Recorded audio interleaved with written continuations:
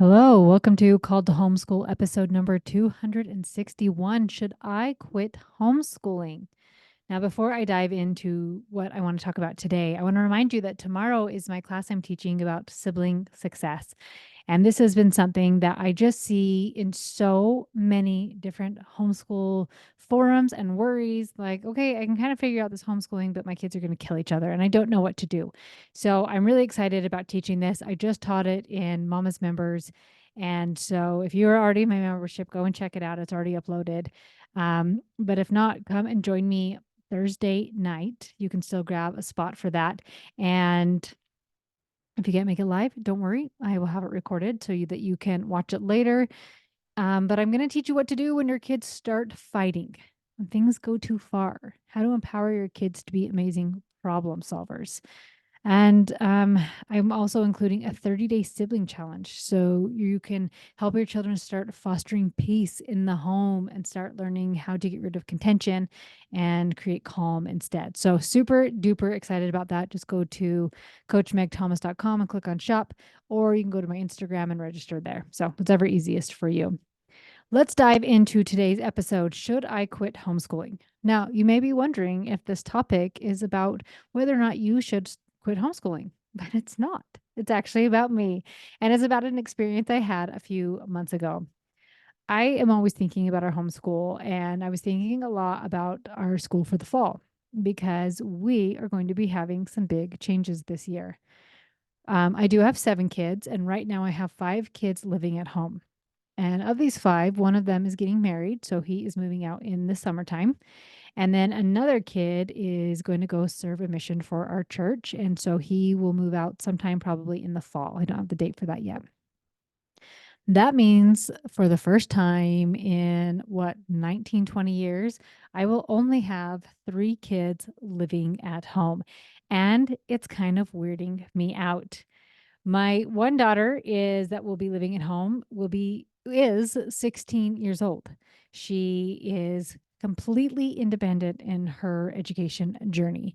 She does college classes online and then she participates in speech and debate and mock trial, which she absolutely loves, and also goes to seminary. So her school is she's in charge of it. She's managing her own time.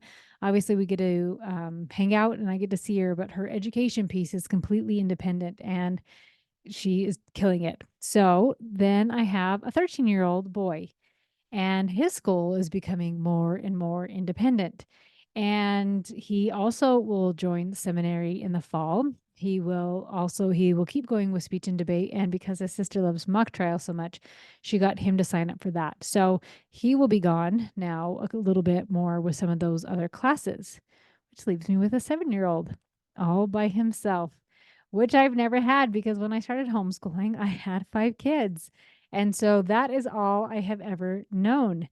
So this has been on my mind and I've been pondering a lot of what will I do with him for school this fall because this is the first time I've ever really been homeschooling one kid.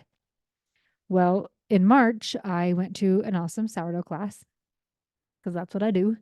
And it was taught by this really awesome homeschool mama who I just love.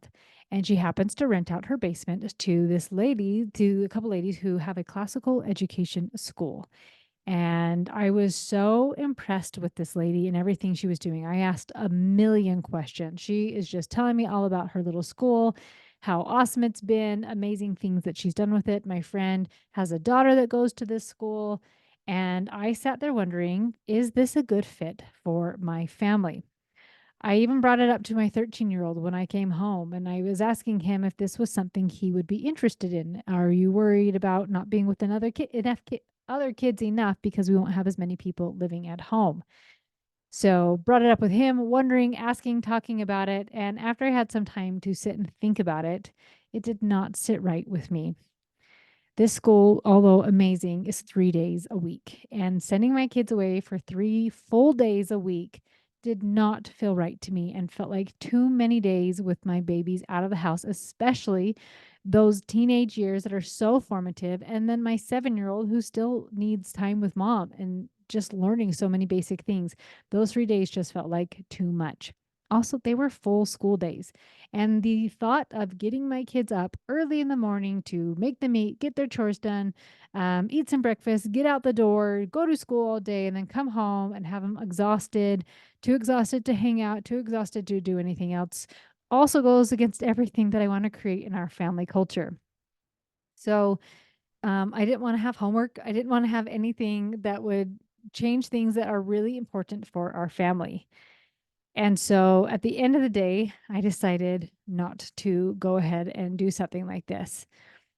It's interesting because I have found with myself, as you become more reflective with your personality and how you show up in situations, you start to notice things that maybe bother you or stick out to you. And I have noticed when there is a large change in our homeschool, I panic and I kind of worry. And I going through this, it's been a while since I've had a big change. So I kind of forgot about it and things have been kind of on autopilot. And now we're having a big change and I'm finding myself all sorts of worked up again. When my oldest, when I obviously I was worried in the beginning when I started homeschooling, right? Just the big change it was creating for our family and feeling inadequate, five little kids. Then I got in the swing of things with elementary and I was like, I love this. We're homeschooling for life. This is dreamy. This is amazing. And then my oldest started junior high. And that fear came back in me again of, am I qualified to teach junior high? Like, who do I think I am? And all these fears came up again. And then we started with it. And I thought, okay, I got this. I'm going to figure it out. And with each kid, when they would go to junior high age, I was like, oh, this is easy. This is so easy. Then when my oldest started high school age things, I same fears, same feelings, worries. Can I do this? Can I really help a kid this old? I don't know what I'm doing, right? All of these big things. And once other kids started joining in high school and I got through that first one, I thought, oh, this is awesome. And this is so fantastic. So, like I said, I've been on cruise control for a long time with our education, and I haven't had any really big changes. Because even adding a baby didn't feel that hard to me because I knew those years so well. And like elementary, that's easy. And actually, we're actually going to wait as long as he wants to really start formal education. And so I was totally fine with adding in an extra kid. But the thought of homeschooling only two and sometimes one kid kind of freaked me out because, like I said, I started homeschooling with five kids, added two more. And when I would lose a kid here and there, right, I'd have to adjust a little bit, but I've still always had a group. And now that group is dwindling smaller and smaller. And so, on one hand, I'm so stinking proud of my babies, loving our journey, but starting to have those worries and fears. Can I do this? If my 13-year-old is gone, in afternoon at speech and debate and my 7-year-old is alone with me, is that really boring? When he goes to mock trials, a lot of times it's on a Friday with his sister and it's just his brother and me, is that hard on him that he's going to be raised like an only child? And I was having all of these fears and all of these worries. I Part of the reason I'm having this podcast is because I want you to remember that I'm human, right? And that I still have worries and fears. And so just to like put you at peace that it's okay that sometimes you have worries and fears too. So, anyways, all of this has been on my mind.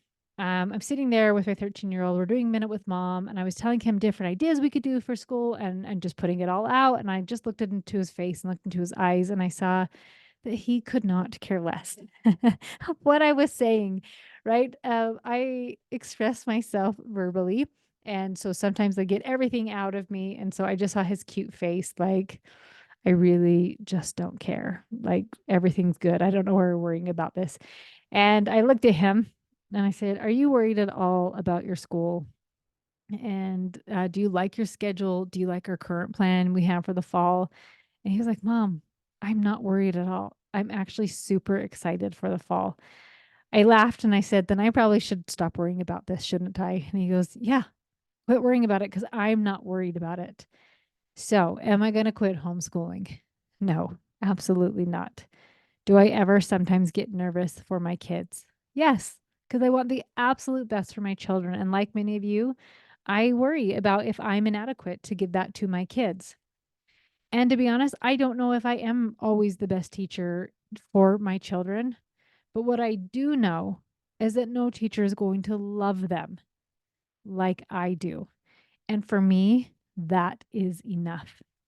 So for anyone else there worrying about the fall, I see you. I get it. Yes, um, it's okay. Your brain sometimes worries about things that it doesn't know yet. This is going to be very new for me to just have one kid at home, and it's so funny because some of you may be like, "Meg, it's so easy with one. How in the world did you do seven?" But seven's what I knew. 5 to 7 kids is what I've known, and so this big change is big for my brain, and my brain wants to freak out. So after giving it some time to calm down, which is funny because, like I said, this started happening in March and it took my brain a couple months to calm down. Um, my brain is starting to calm down, and now I can start seeing ideas and options and possibilities, right? So if brother and sister are going to be at school on a Friday, what are fun things that the 7-year-old and I can do? A lot of times, his big brother, that he just absolutely is obsessed with, has Friday afternoons off. So does he go with his brother? Do the three of us go together? Off of work, I should say.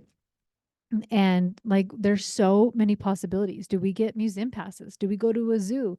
There are so many fun things that we can go do.